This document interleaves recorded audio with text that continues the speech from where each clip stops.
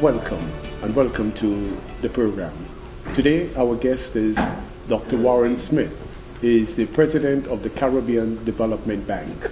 The bank is holding its 47th annual Board of Governors meeting in the Turks and Caicos Islands. Dr. Smith, welcome. Thank you for having me, sir. Dr. Smith, in your address to the Board of Governors meeting, you spoke and you said, and I hope I put it into some form of perspective, that the regional countries, that there's need for an intensified focus on international trade, and which must be a central tenet to the Caribbean's growth strategy. Explain that. Give me a rationale why you think that must be something Caribbean countries must now look forward to.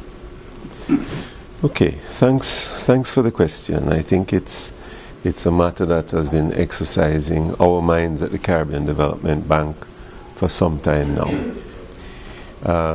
What we are focused on is strategies for improving the quality of life of all Caribbean people. Because we are so small, our economies are so small, because they are so open, it means that we have to be able to trade. We have to be able to trade because we need to earn the foreign exchange that is the lifeblood of our standard of living in Caribbean countries. Now, what we were arguing yesterday in the presentation was that for us to be able to earn foreign exchange, we need to be able to trade. For us to be able to trade, we have to be able to compete. Therefore, there are a number of actions that we need to undertake as countries.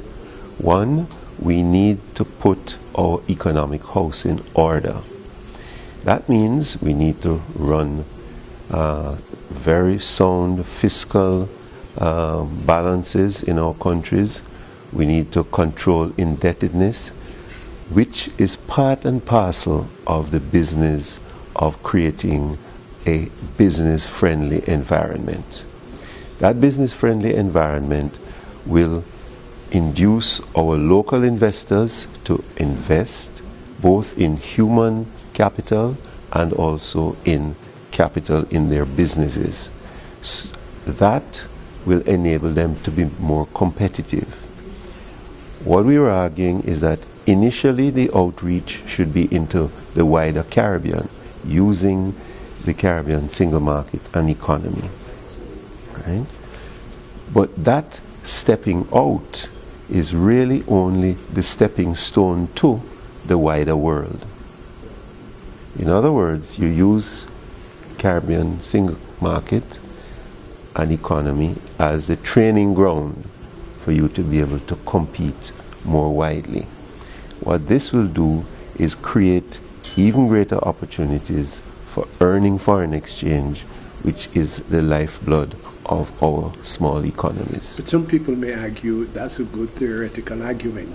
We've seen, for example, the CSME being on stream for more than a decade, and we are still not where we want it to be.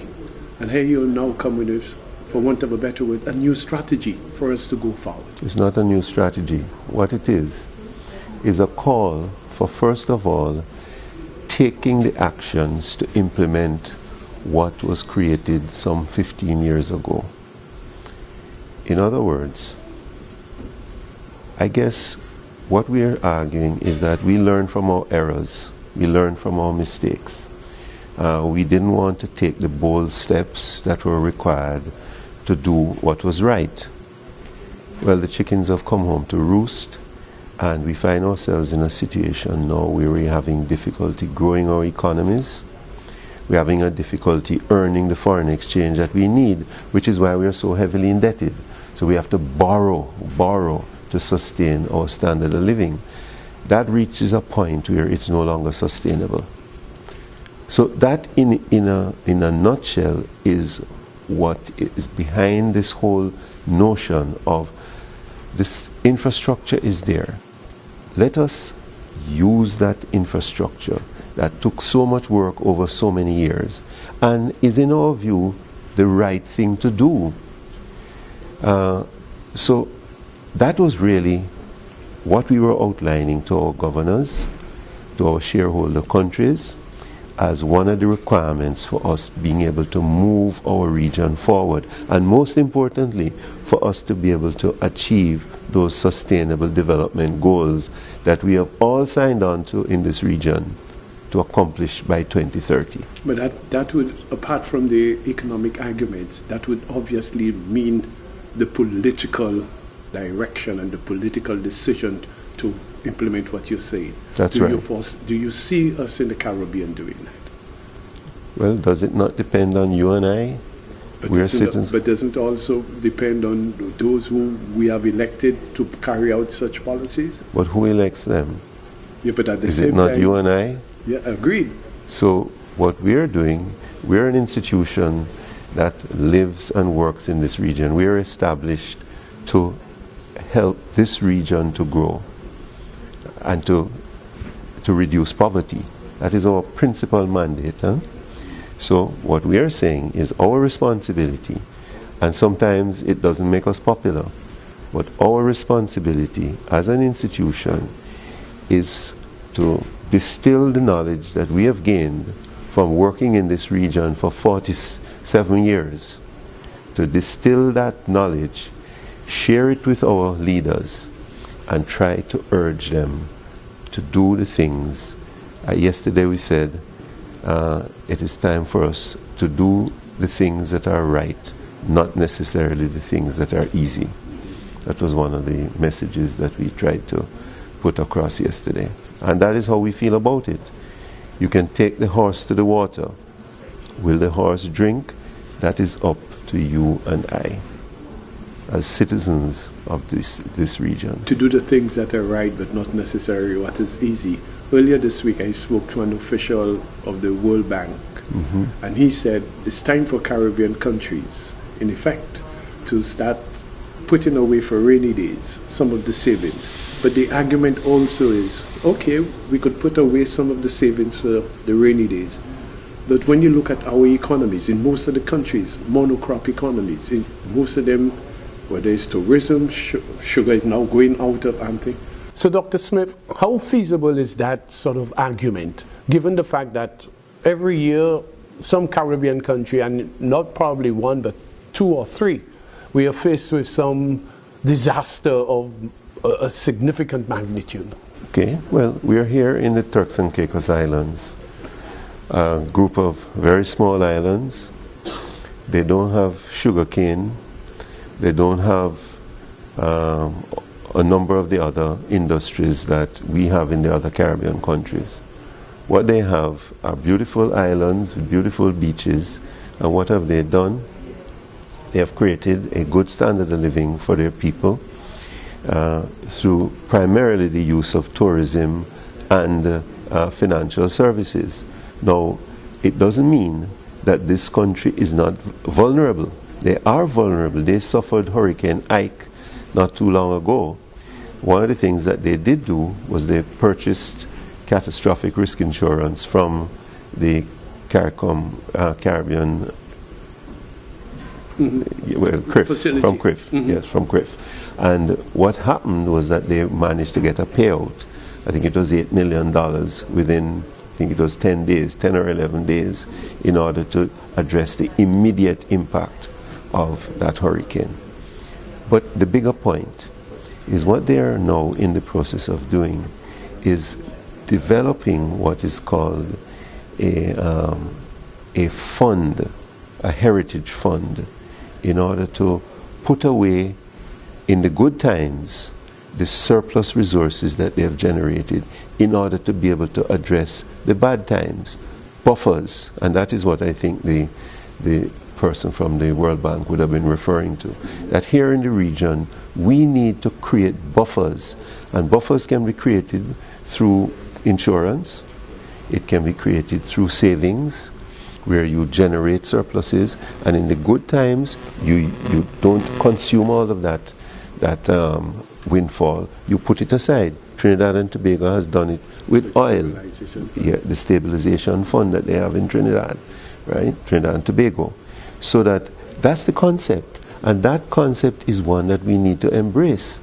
But if you don't run your country in such a way that when you have the good times, you have the wherewithal to be able to put aside some, then you're going to be continuously vulnerable to both external economic and natural hazard shocks. In your new strategy, which you, as you said, is not new, but I'm saying it's new, you made mention of the fact that the CARICOM should look beyond the existing 15 market grouping. And you're speaking in terms of the Dominican Republic, Cuba, and what have you. But we have a situation where, for example, CARICOM countries, there's this political argument that the CARICOM countries will not want to have any meaningful relations with the Dominican Republic because of what has been occurring vis-a-vis the Haitians in that country. But yet at the same time, this week we saw Jamaica moving forward with the Dominican Republic. Mm-hmm. Do you therefore foresee that Caribbean countries may take individual positions, or rather in order to give focus to what you're attempting to say? That's a more difficult question, but it's a very relevant question. My own view is that the issues between the Dominican Republic and Haiti are very, very serious issues, and they need to be resolved. They need to be resolved, but they need to be resolved by dialogue between the Dominican Republic and the people of Haiti. Those are sovereign issues. My view is that we can change the wheels while the bus is moving.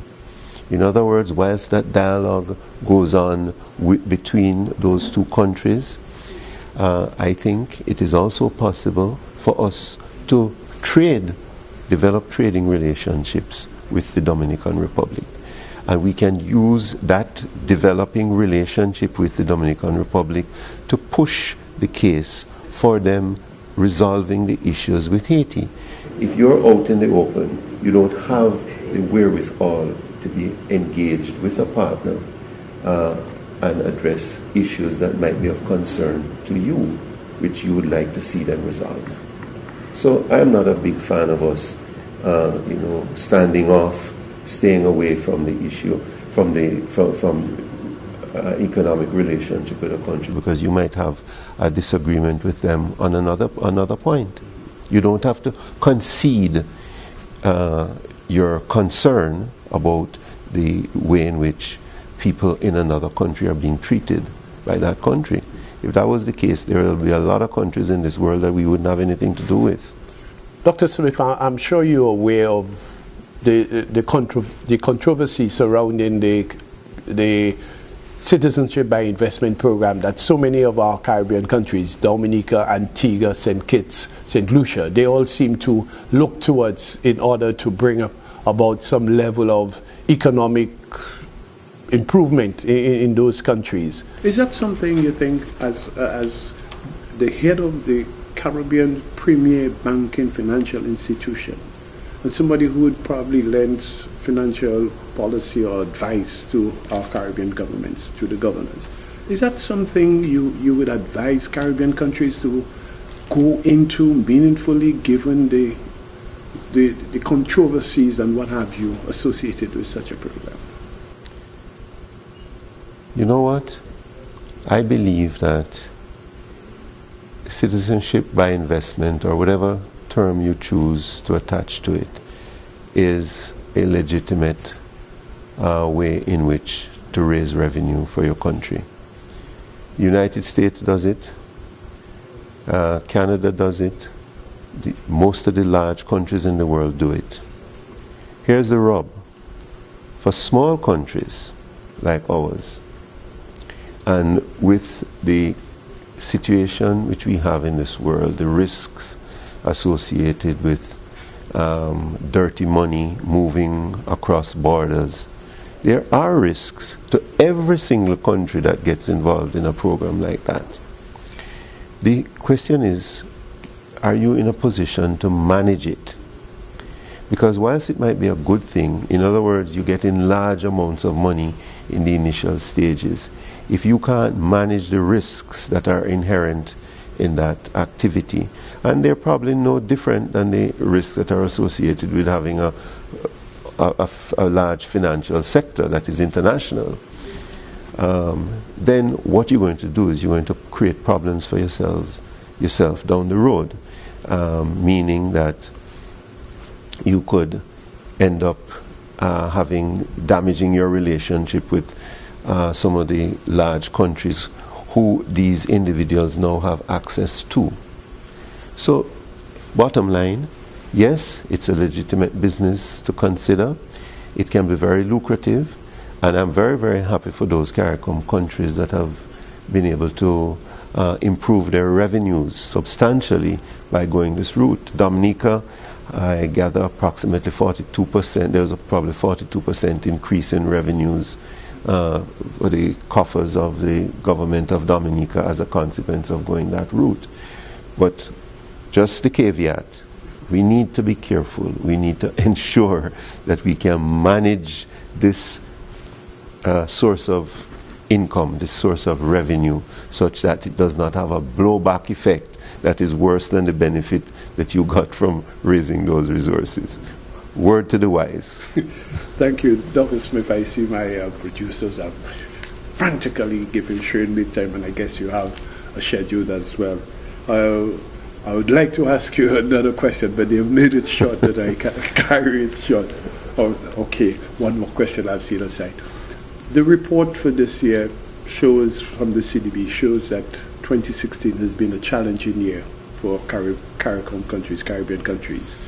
What's the prediction? What do you see us going forward, going into 2017 and beyond? Well, we think that in the main, 2017 should be a better year from the standpoint of growth. Most of our countries are showing improved performance on that front. There are some of our countries that are still in a spot of bother. Suriname is going through a very tough time in the main because of the dramatic fall in commodity prices, mainly in gold, which they are a big producer and exporter of. But we see some good signs.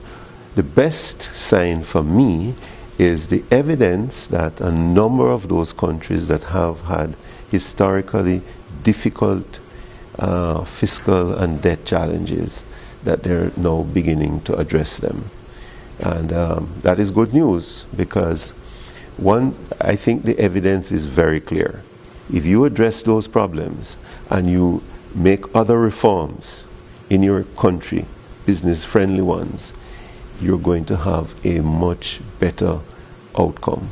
We see it in St. Kitts and Nevis, we see it in Dominica, we're starting to see it in a major way in Jamaica, and so on and so forth.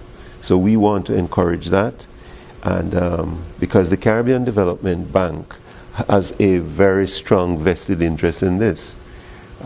All of our exposure is in Caribbean countries. We don't lend anywhere else. So that as goes the Caribbean region, so goes the Caribbean Development Bank. Thank you very much, Dr. Smith, for your insight into the economic, perhaps some would say the political situation in the Caribbean to some extent. Yes. We've been speaking here with Dr. Warren Smith, the President of the Caribbean Development Bank. We thank you for viewing. I'm Peter Richard.